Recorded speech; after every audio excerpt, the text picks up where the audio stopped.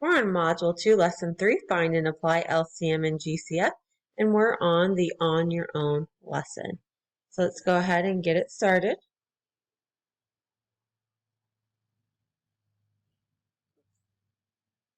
Okay, directions. Use this information to answer parts A, B, and C. Jamie makes plates and bowls. She needs to ship 48 plates and 54 bowls to a store. She wants to ship the same number of items in each box. Plates and bowls are shipped separately. What is the greatest number of items you can ship in each box? So greatest number of item, we're going to do GCF. And we are going to be using 48 and 54.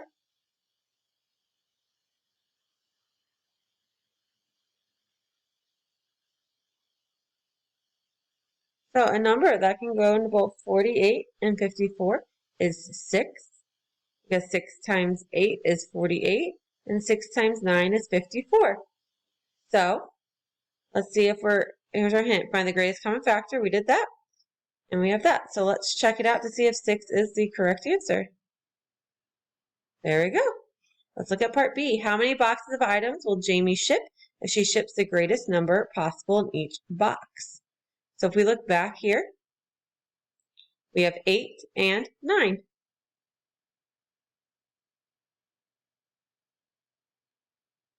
There we go. We can always look at our hint too. Divide the number of boxes needed to ship plates and the number of boxes needed to ship bowls.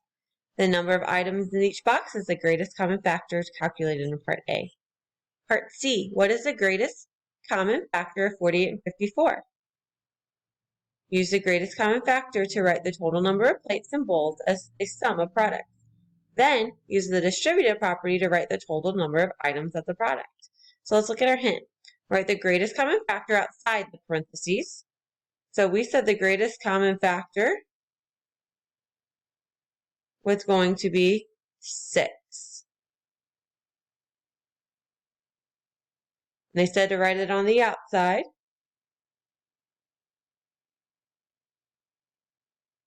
And then inside the parentheses, enter the factors that would give the total items. So up here, we have 8 and 9.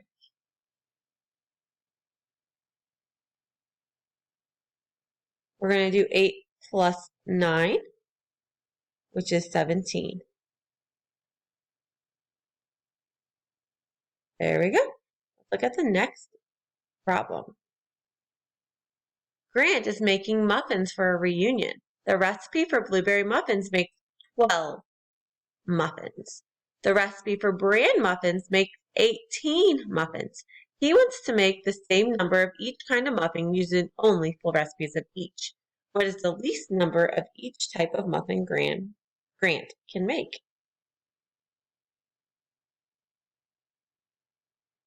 Okay, so Grant has 12 and 18.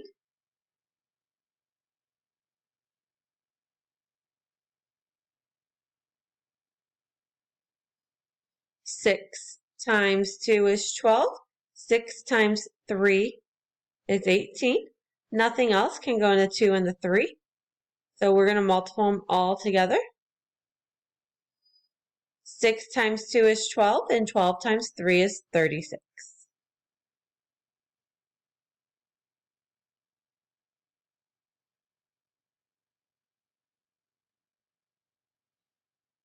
How many batches of each recipe will Grant make if he makes the least number of each type of muffin possible?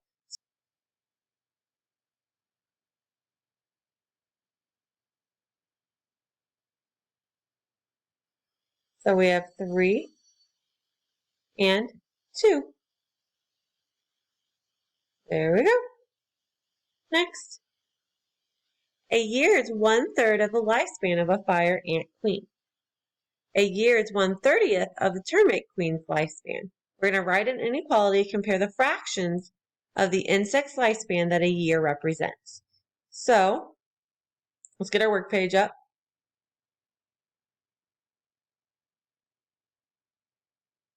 And we have 1/3 and 1/30th. Let's look at our denominators. And we need to find the same denominator. I can change 3 into 30 by multiplying 3 by 10. If I multiply by 10 on bottom, I need to multiply by 10 on top. So I have 10 over 30 is what to 1 over 30? Because we have the same denominators, we don't have to look at those anymore. So we're just going to look at 10 and 1. 10 is greater than 1. So we're going to say 1/3 is greater than 1/30. And to do that, we have to get these little fractions in there.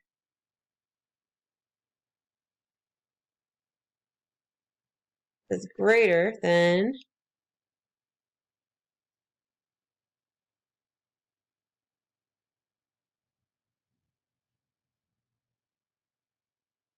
next. Cameron and Tatiana volunteer at the public library. Cameron shelves one book every 1/4 minute.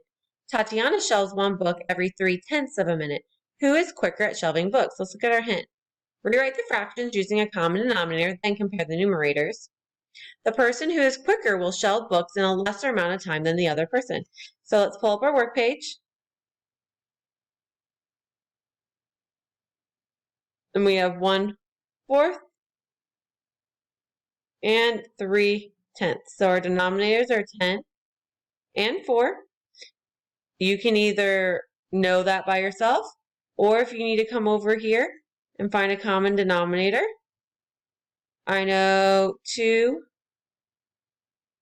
goes into 4 twice, and 2 goes into 10 5 times. We're going to multiply them all together.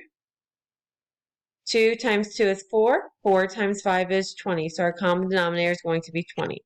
You could have chosen 40, but then you might have to do a little bit of stuff. I'm going to go ahead and erase this and rewrite it so I have some more room. My common denominator is going to be 20. So 1/4 and 3/10. I need to multiply these by something to get 20 on the bottom. So 4 times 5 is 20. So 1 times 5 is 5. 10 times 2 is 20. So 3 times 2 is 6.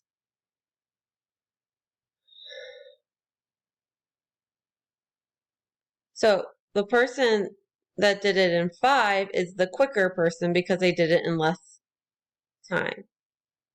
And that, for some reason, I can't write my K there. So it's quicker, sorry. So Cameron went quicker. So Cameron, using the LCM of 20, 1/4 becomes 5/20, and 3/10 becomes 6/20. 6/10, so I'm pretty sure that one probably is the right answer. That's exactly what we did. Number 5, Darnell helps to make lunches at a picnic. Each picnic basket will have the same amount of ham salad, and potato salad shown in the illustration. So 8/16 and 9/12. We're going to drag the answers from the boxes to correctly show the fractions with common denominators. So rewrite the fractions with a common denominator, and the other hint, simplify the fractions so they have the same one. So simplify means we're going to take some stuff away. We're going to make it smaller so we can figure out what to do, what it is. So we have 8/16 and 9/12. A number that can go into both 9 and 12 is 3, so I'm going to simplify by 3. 9 divided by 3 is 3. 12 divided by 3 is 4. So I'm going to take this 3/4 and put it right there. Okay, numbers that for this one, we're going to simplify. We're not going to do they have 8/16 there, but we want a common denominator, so we need to make 16 into 4, so we have the same denominator. So that means we're going to divide by 4, because 16 divided by 4 is 4, and 8 divided by 4 is 2. So we're going to drag 2/4 right up there. Look at that. Which is greater? The amount of ham salad or the amount of potato salad? And if we look, potato salad is 3 out of 4, ham is 2 out of 4. So it's going to be potato salad. The amount of potato salad is greater because 8/16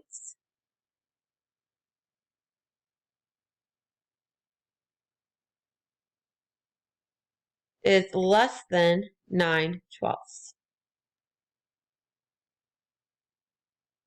Ryan is making biscuits. The recipe calls for 0.25, which is also a quarter, quart of milk, and 2.5 cups of flour. He has 1/5 quart of milk and 9/4 cups of flour. Ryan makes the recipe with the milk and the flour he has. Explain his error. So let's look at our hint. Use place value to compare the decimal values of the measurements. And that's the only hint they gave you. So Ryan does not have enough, and we have to figure out what he doesn't have enough of. Let's pull our work page up.